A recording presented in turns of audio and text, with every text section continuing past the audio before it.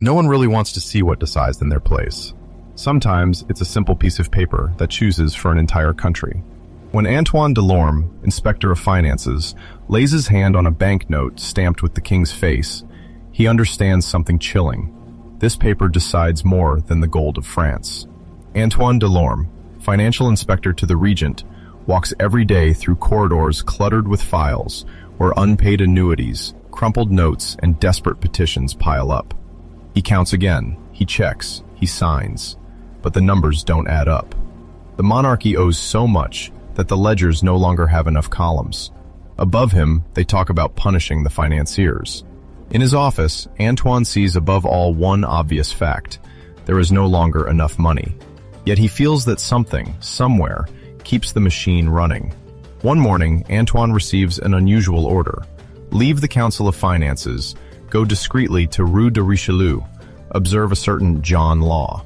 In that smoky room, he sees a tall, affected Scotsman moving piles of government notes as if they were gaming chips, the same papers that all of Paris despises.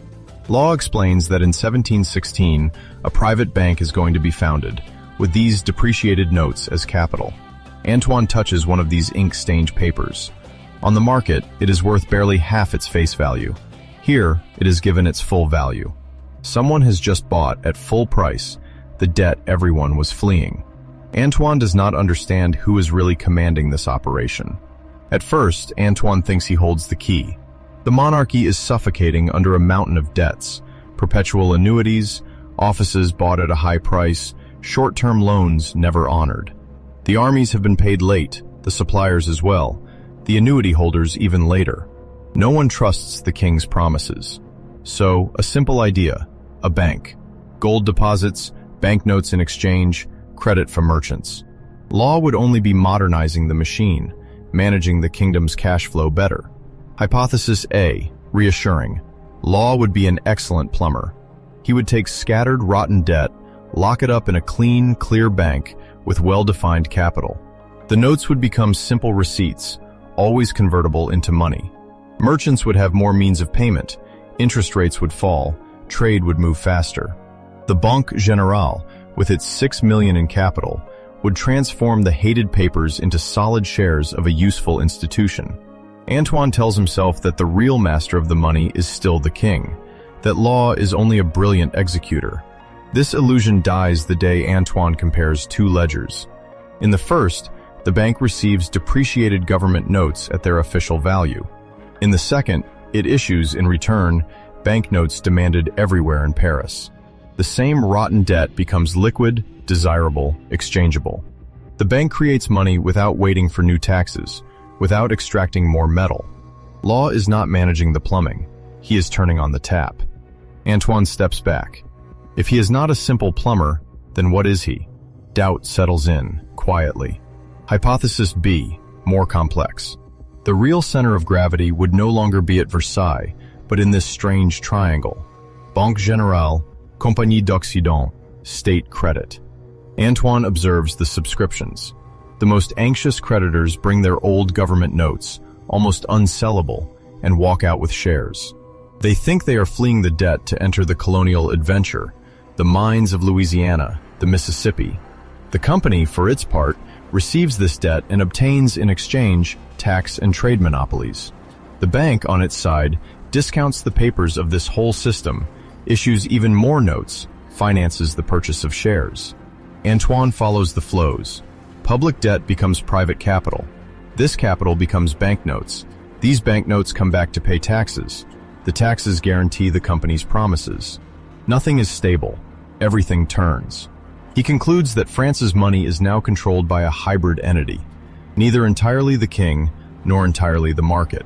A law bank company machine, tied to power, but able to dictate its needs to it. Antoine thinks he has found it. This conglomerate is in command. Then comes a document that shakes this certainty.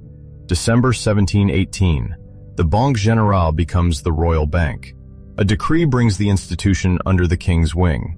Officially, it is the crown that guarantees the notes. The ledgers Antoine leafs through change the heading of their columns, not their contents. The same operations, the same creation of paper, the same conversions of debts. Only the word royal appears at the top. A slight dizziness seizes him in front of this simple line in the header. Hypothesis C, disturbing. No one is really in control. Neither the king, who often signs off after the fact on decisions already set in motion, nor law, clinging to a system that must grow or collapse, nor the holders, who run to Rue Quincampoix as soon as a new note appears. Antoine begins to suspect that France's money follows a dynamic of its own, made of forced trust, stacked promises, and fear of missing the train. Power follows more than it decides. Antoine sees this wall forming long before it crashes down on everyone. At first, the mechanism seems to work.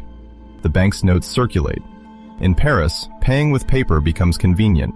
Interest rates slide downward. Merchants can breathe. The state's creditors, turned into shareholders of the Company of the Indies, finally feel they're on the right side. In the reports he drafts, Antoine notes one thing. Cash is gradually disappearing from the accounts. One afternoon, he accompanies an inspector sent to audit an exchange office. The money changer opens his safe. The sacks of silver coins are there, heavy, all in a row. But every time a customer comes in with notes to ask for metal, the money changer sweats, hesitates, counts, and recounts. He almost begs some clients to keep the notes, to take other ones in exchange. Antoine understands the silent fear. If too many people ask for metal, everything breaks. This fear is the wall. A single thing blocks the system, the need to prove every day that the paper is still worth the metal it promises. As long as people don't try too often, all goes smoothly. As soon as they worry, even a little, the system has to choose. Either it gives the metal and empties itself, or it refuses and admits that the paper is no longer worth what it claims. When the bank becomes royal, the official line aims to reassure. The king guarantees it. The notes are as good as gold. Yet in the cabinet where Antoine attends meetings, he sees panic barely contained. The Company of the Indies has absorbed almost all the former companies, manages tax farms, sells tobacco, promises the riches of Louisiana and the Indies. The shares climb to heights that real income cannot justify. Rue Quincampoix overflows with carriages, shopkeepers, nobles clutching bundles of securities. All these people trade paper, more and more of it, for promises of profits ever further away. Antoine tries to follow the trail of the gold. In an internal report, he notes, the bank's metal reserves are not growing at the same pace as the notes. The coupons on annuities, the income from offices, the direct taxes partly fuel the payments to the company and the implicit interest of the system, but the heart beats to the rhythm of paper, not metal. Monetary adjustments multiply. The weight of coins is changed, their value is modified, metallic money is made uncomfortable, almost suspect. Holders of gold and silver feel targeted. They hide it, they bury it, they send it abroad. One morning, Antoine attends the opening of the bank's counters. A dense line stretches outside. Men clutch notes gone limp from being folded and refolded. It is cold. In the air, a smell of wet wool, sweat, ink still fresh on some of the papers. A woman in front of him is trembling, her reddened fingers stuck to the note she wants to convert. By the end of the morning, the cashier announces, "No more cash at this window. Only notes in exchange for other notes." Antoine feels a heavy silence fall over the room, more violent than any shout. This detail haunts him. The hands.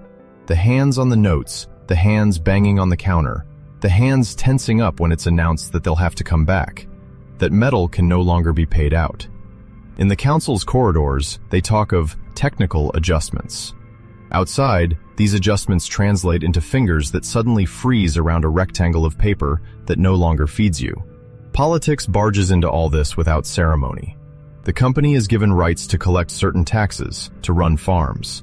Shares of fiscal sovereignty are traded for promises of fixed payments. Antoine reads the contracts. They are clear, well drafted. On the ground, this means that taxpayers will pay the same taxes, or even more, to feed a machine that makes Rue Quincampoix hum. The wall is that too. An entire country reduced to a feeding base for a paper construction that constantly demands more collateral to remain credible. And Antoine understands, with an almost physical pain, that no one, in the rooms he frequents, has the ability to stop what is happening without instantly destroying the value of millions of those notes that stick to so many hands. Time passes. When Antoine consults the memoirs and opinions of older men of finance, he almost always finds the same sentence again. The experience of law showed that the abuse of paper money inevitably leads to catastrophe. Another, more discreet school of thought maintains that the system could have held if the promises of colonial trade and tax farms had been calibrated to the measure of actual revenues rather than dreams. What almost all of them refuse to admit, Antoine nonetheless sees in the records. Their main fear is not technical bankruptcy, but the loss of the privilege of deciding, in the shadows, who will suffer when the monetary instrument breaks. As 1720 advances, Antoine no longer knows whether he holds a position at the heart of the state or in a theater. Decrees are issued, contradictory. The conversion of notes into specie is restricted, then reopened a little, then closed again. Even more paper is issued to support the price of the shares of the Indies Company, whose curve has stopped shooting upward to ripple, hesitate, then slide. In the books of the Royal Bank, Antoine sees the same maneuver repeated. Buy back, support, conceal the void. The Rue Quincampoix, which he now walks through with his coat pulled tight, has changed its sound. The excited hubbub of the early months has turned into a mass of broken voices, quick disputes, whispered offers. The great carriages still pass, but they leave more empty. Some speculators sold in time, left Paris, or retreated into real assets. Others are still arriving, late, convinced that a state cannot allow such a construction to collapse. Antoine catches himself following, day after day, the descent of the share price. At the council, faces harden. It is decided to withdraw the notes gradually, to return to metallic money. They negotiate the reorganization of the Indies Company, which must remain standing, but lower, narrower. Law loses his positions, then disappears, almost like a debit crossed out from a ledger. In the final reports that Antoine drafts, an almost brutal certainty strikes him. From the beginning, he believed in something simple. France's money belonged to the monarchy. Even ruined, even indebted, the king remained, as he imagined it, the ultimate source of every decision, the center from which all flows sprang and to which they returned. Law, the bank, the company, all that would have been only tools, more or less dangerous, but held by a sovereign hand. This belief collapses when he draws for himself the diagram of the circulation of money during those years. The state's debts became bank shares, then company shares.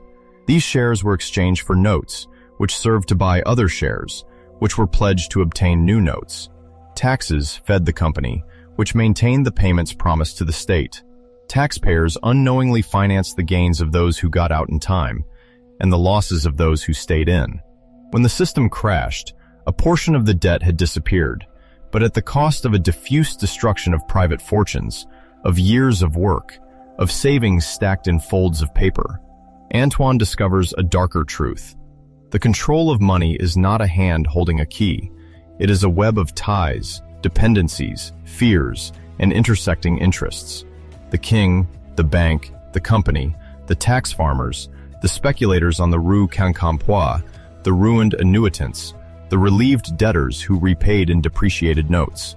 All of them, to varying degrees, pulled on the same rope. No one held the knot. Later, in other financial debates, law's name always comes back as a threat. They carefully avoid recreating a public issuing bank. They prefer to return to annuities, offices, the old forms of indebtedness. They invoke prudence, fidelity to proven methods.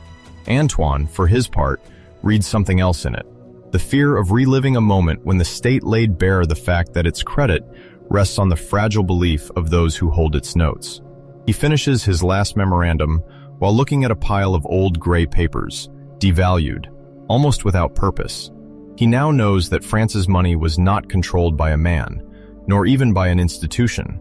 It was caught up in an experiment where the collective promise ran away with itself and then shattered, leaving behind a debt lighter in the ledgers but heavier in memory. He wonders as he folds his pen and closes the ledger.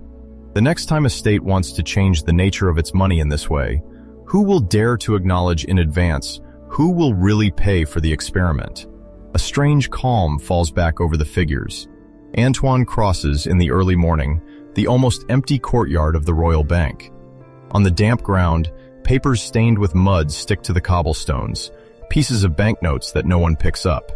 Behind a half-open window, a safe can be seen on the floor, its lid open onto an almost empty interior. Further away, in an alley, a child is playing at folding an old torn banknote into a boat, sets it down in a puddle, watches it drift. Above, the pediment still bears, in letters blackened by the rain, the word Royale, barely legible.